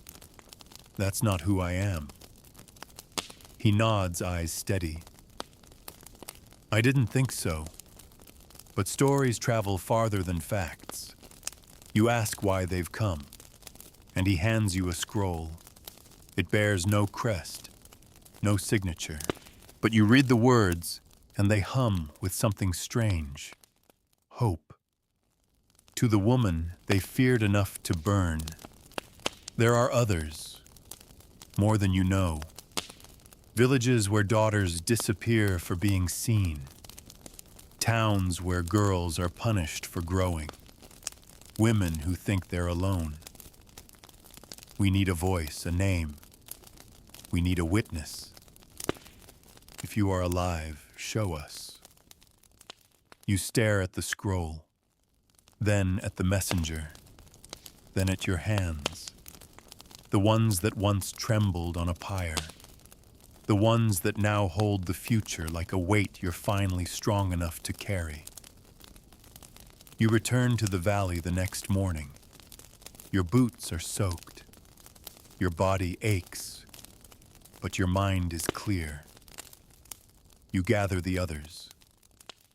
Liora, Elaine, Sorrel, Mireille, dozens more. And you speak. We're not the only ones anymore. You show them the scroll. They think I'm a story. You pause. Look at them all. Maybe it's time we tell it. The valley listens in stillness. You stand in the center of the gathering hall, scroll in hand, your voice low but unwavering. The women surrounding you form a circle, some seated on stone benches, others cross-legged on woven mats. Firelight dances against their faces, casting long, flickering shadows across the walls. These walls have heard everything, cries, laughter, secrets. Now they hear a turning point. When you finish reading, no one speaks immediately.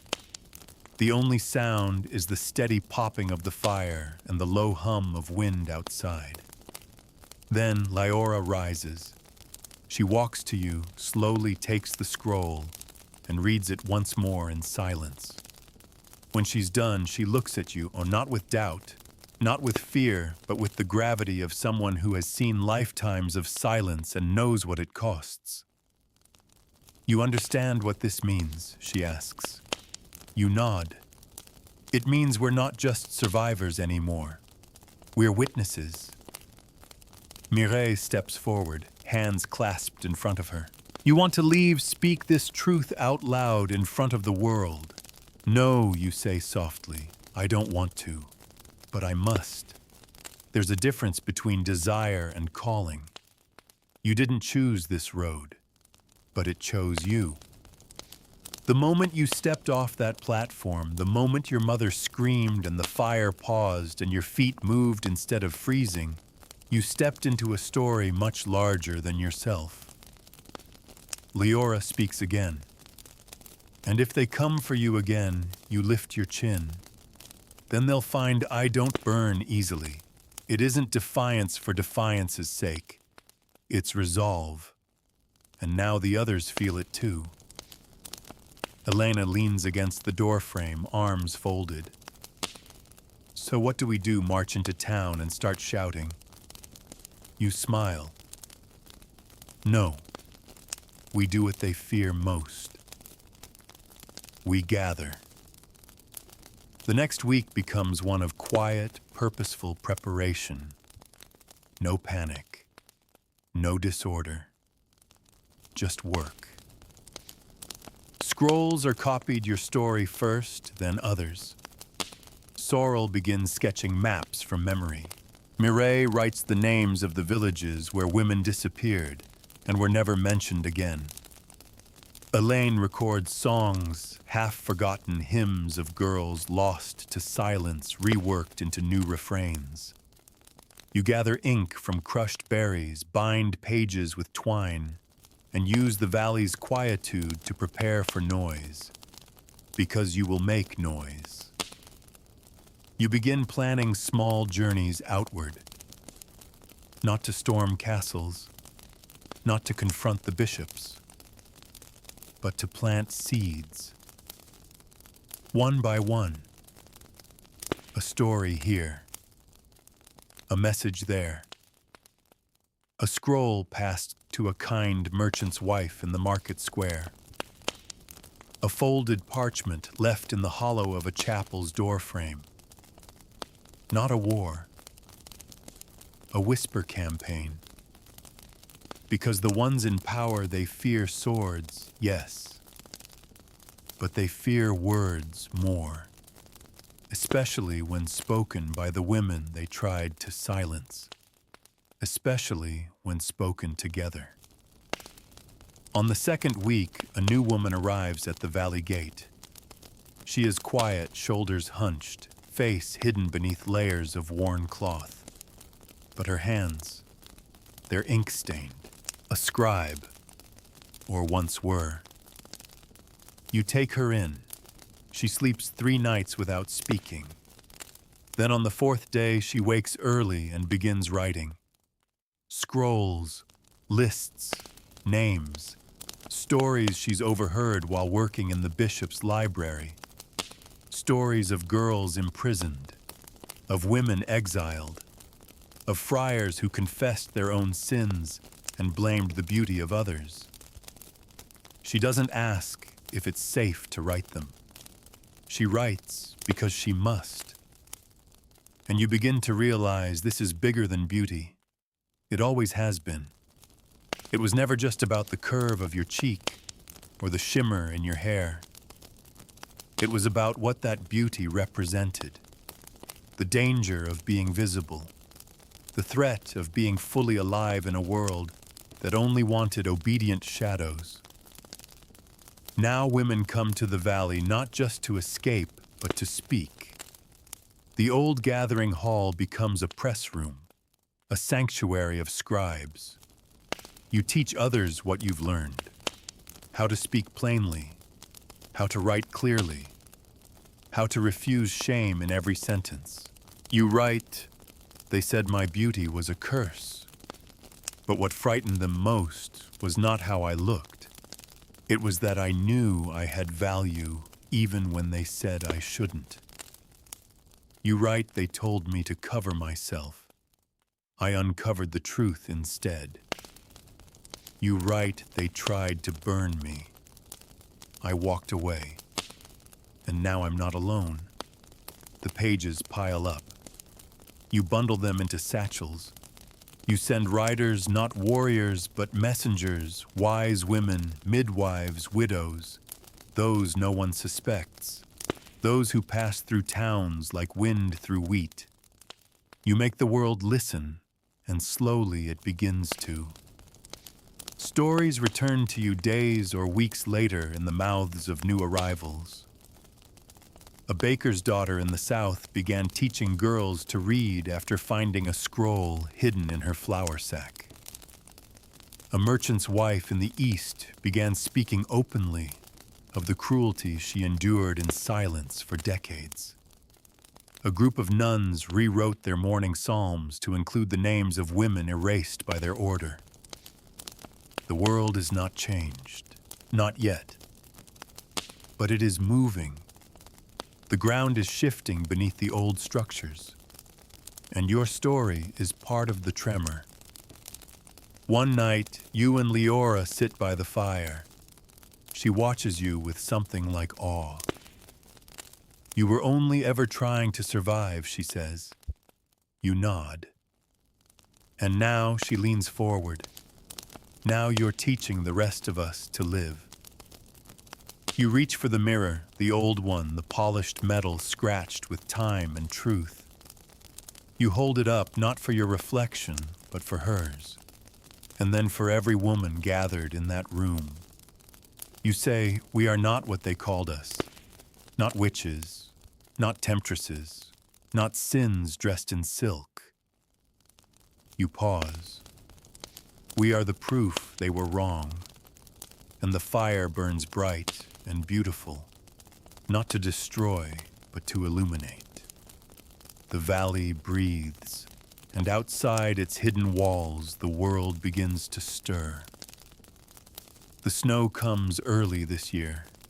Thin at first, a hush over the trees, a silencing of the valley's usual sounds.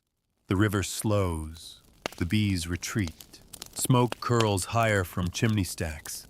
And each morning you wake to find a white sheet drawn over the earth. But the work doesn't stop. Inside the valley, winter isn't feared. It's expected, prepared for. The stores are full, the fires well tended. There's a calm to the rhythm now, a steadiness. You've helped make it so. You walk the paths daily, snow crunching beneath your boots, carrying bundles of parchment between cottages. In the gathering hall, the scrolls are stacked to the rafters, now written by many hands, in many voices. Stories, testimonies, warnings, hopes. The hall has taken on a new name, the scriptorium. It's no longer just a refuge. It's a resistance. And the world beyond the valley continues to shift, one whisper at a time. You've heard the rumors. In the north, a friar was stripped of his office after being caught destroying a hidden scroll, one that bore your story. In the capital, a nobleman's daughter fled her arranged marriage after memorizing the words of your defiance copied in secret by her chambermaid. In 3 different towns, women now gather on the last night of each month, not to gossip or pray, but to read, to share stories of those who survived what they were never meant to survive. Some of those stories are yours. Some belong to the women sitting beside you as the fire crackles, and many more are still being written. But not everyone is pleased. One night, a rider comes to the valley alone, wrapped in a weather-stained cloak, face drawn tight with urgency. She's a courier, a friend of Morelli's from a past life. She carries no scroll, only words. They know, she says, about the valley.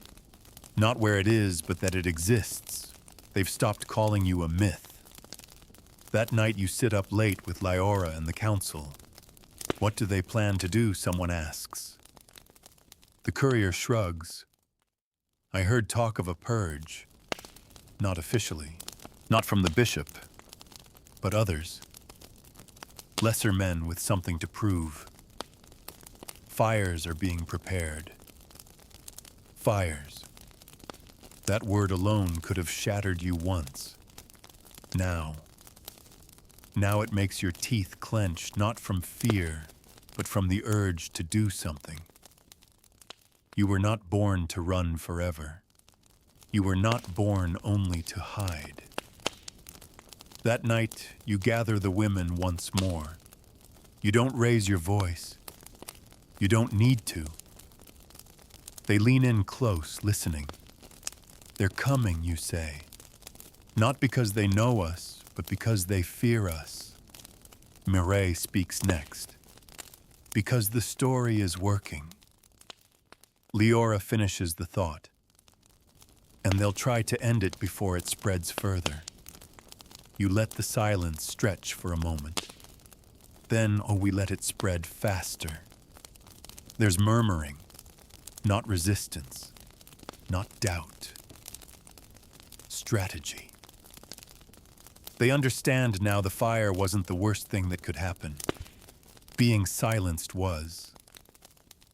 So the plans begin. Not for battle, for signal. You begin assembling more scrolls, more bundles, more messengers. Every able rider in the valley is assigned a route. The youngest scribes are taught to memorize key lines, so if the scrolls are destroyed, the message can still survive. You even train the bees, not for defense, but for delivery. Liora smiles as she shows you how to gently fasten a ribbon beneath a queen's wing. Tiny slips of cloth, inked with symbols tied loose enough not to harm, secure enough to carry. It's a tradition as old as the valley, rarely used. But now it feels necessary. Messages will reach places no human ever could, she explains. Bees are never stopped at gates. You work through the night. Each scroll sealed with wax pressed from the valley's own candles. Each marked with a simple sigil, a flame unlit inside an eye. The symbol has no name yet. It doesn't need one. By morning, the riders leave, one by one, north, east, south, even west toward the cold coast where so few dare to travel. You stand at the edge of the valley and watch them go. Snow falling softly. No trumpets, no banners. Only silence and breath and the thrum of wings. You return to the gathering hall. The fire still glows warm. A pot of tea steams gently. Sorrel is curled near the hearth, asleep with a scroll tucked under her arm. And there, in the quiet of the scriptorium, you write. Not just for the world now, for the world to come. You write that they came for me once because of how I looked. They will come again because of what I say. But this time I am not alone, and this time I am not afraid. You write, we are not the curse. We are the cure. You write, if you are reading this and you have ever been told to dim yourself to survive, know this, they fear your light because it reveals their shadows. You pause, then write one final line, let them come. You set down your pen, the wind howls beyond the valley, but inside you are warm, alive, bright, and unburnable. The first signs are subtle. A stranger seen just beyond the ridge, no pack, no tools, just watching. A merchant's cart found overturned near the northern pass, nothing stolen, only torn scrolls left fluttering like broken wings. One morning you find a ribbon buried in the snow, faint ash smeared across it. A warning, no words needed. You don't panic. You prepare. Because the valley was never built on the illusion of safety. It was built on truth.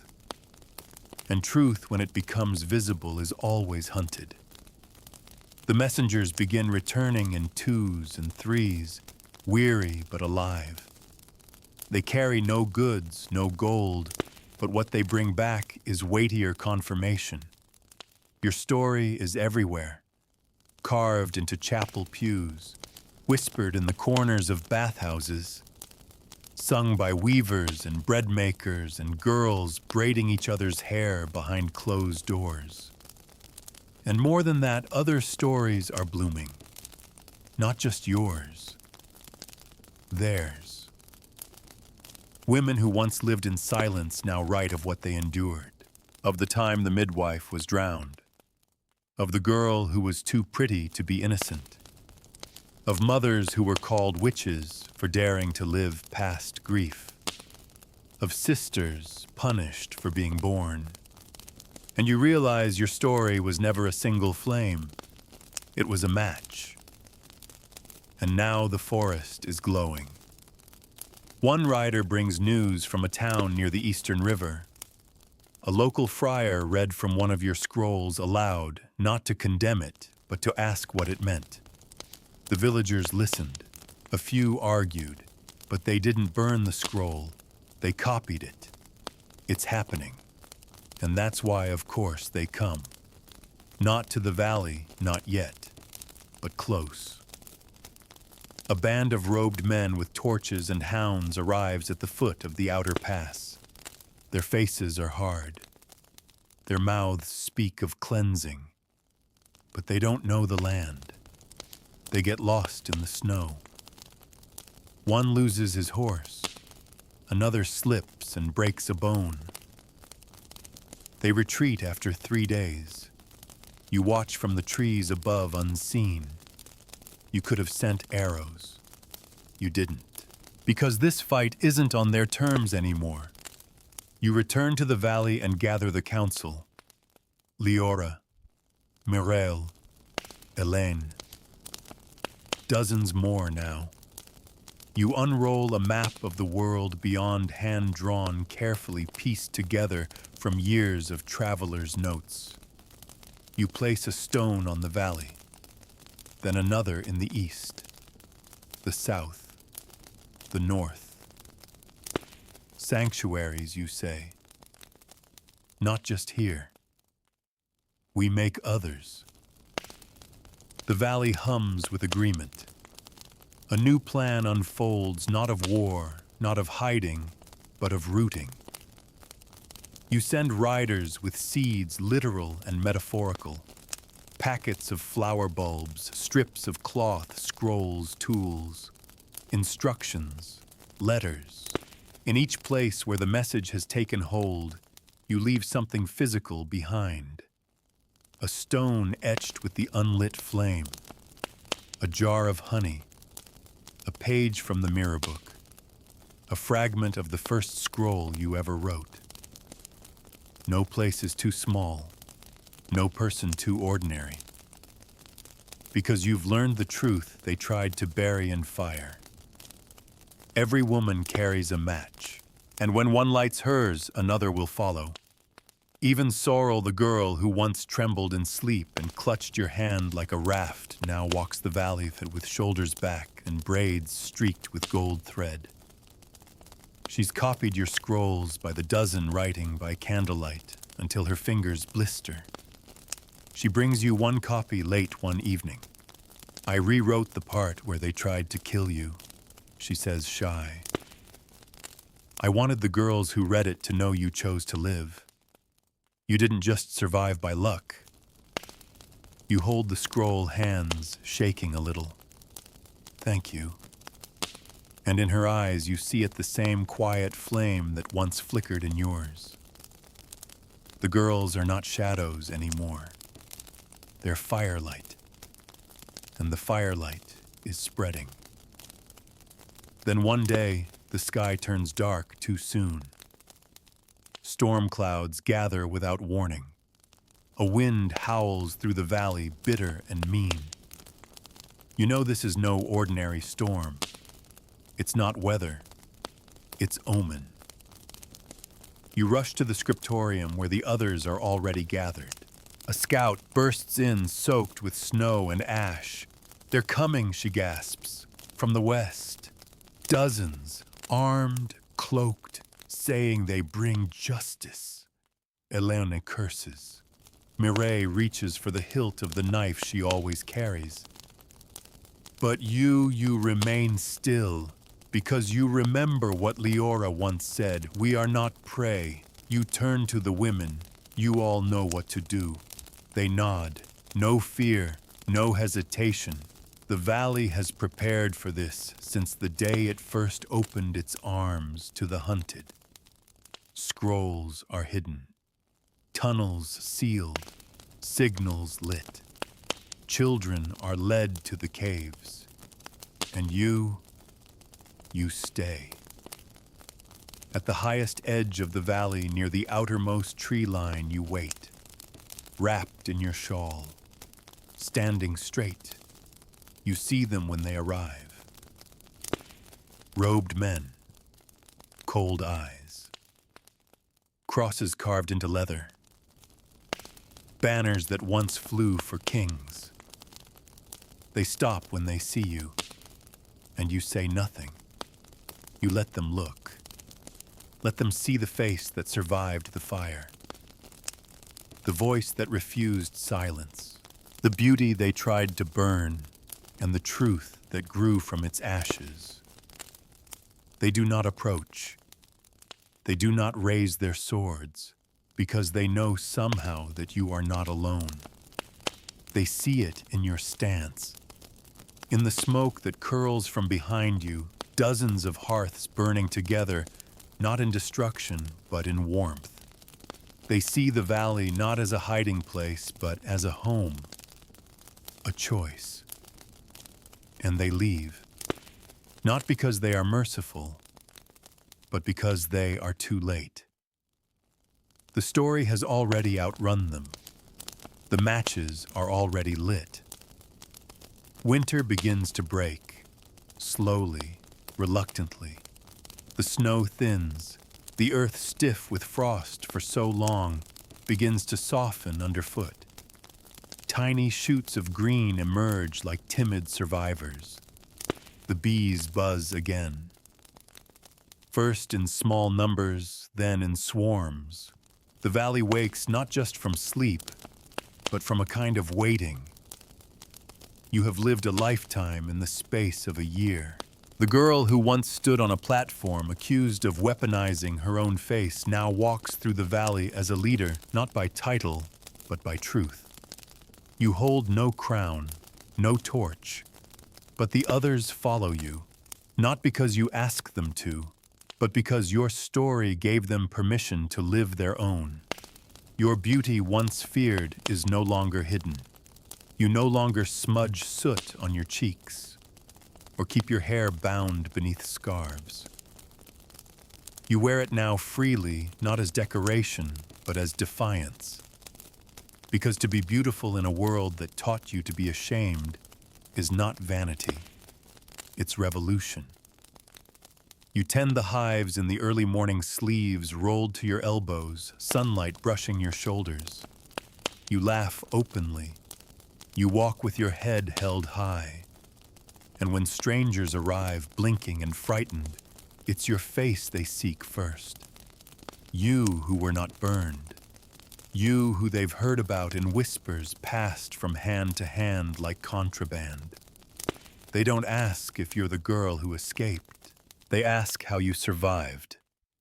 And each time your answer is the same. I didn't escape.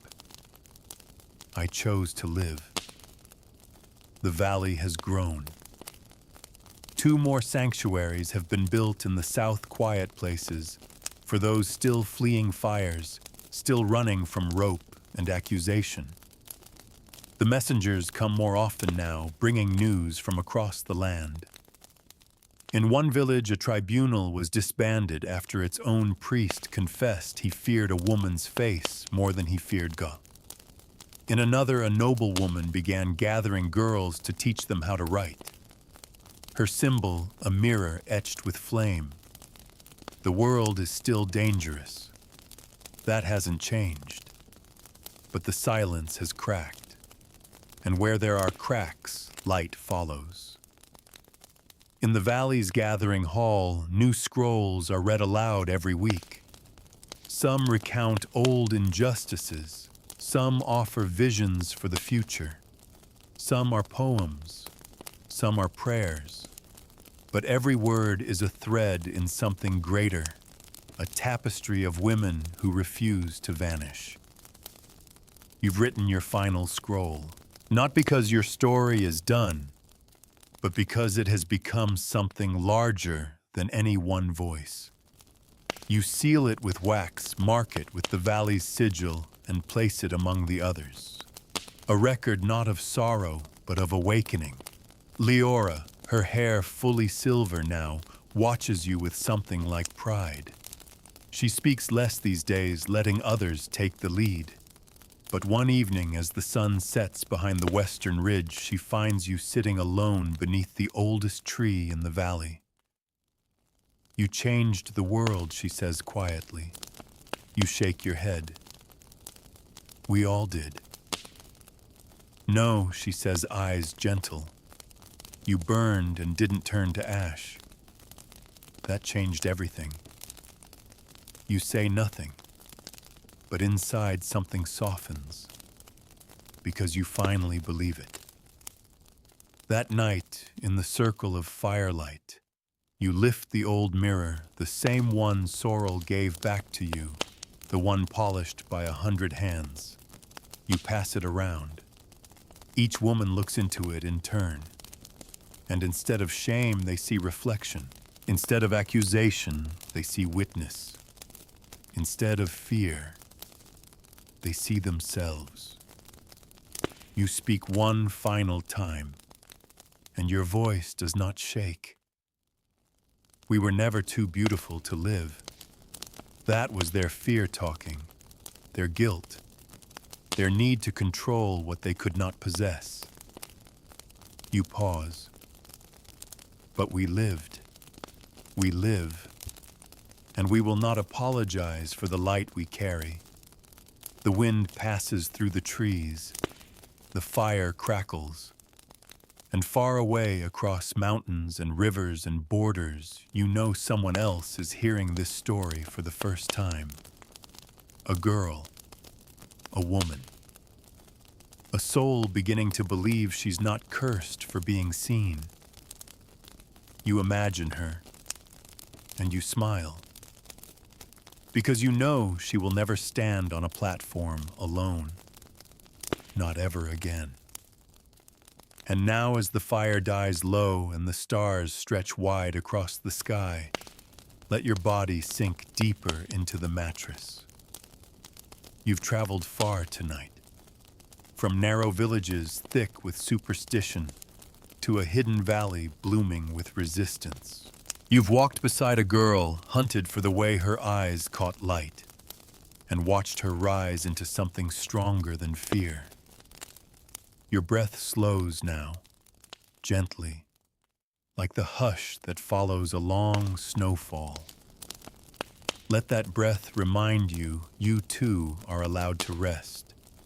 You too are allowed to take up space, to be seen, to be known, to be beautiful without apology. Because what they called a curse was never yours to carry.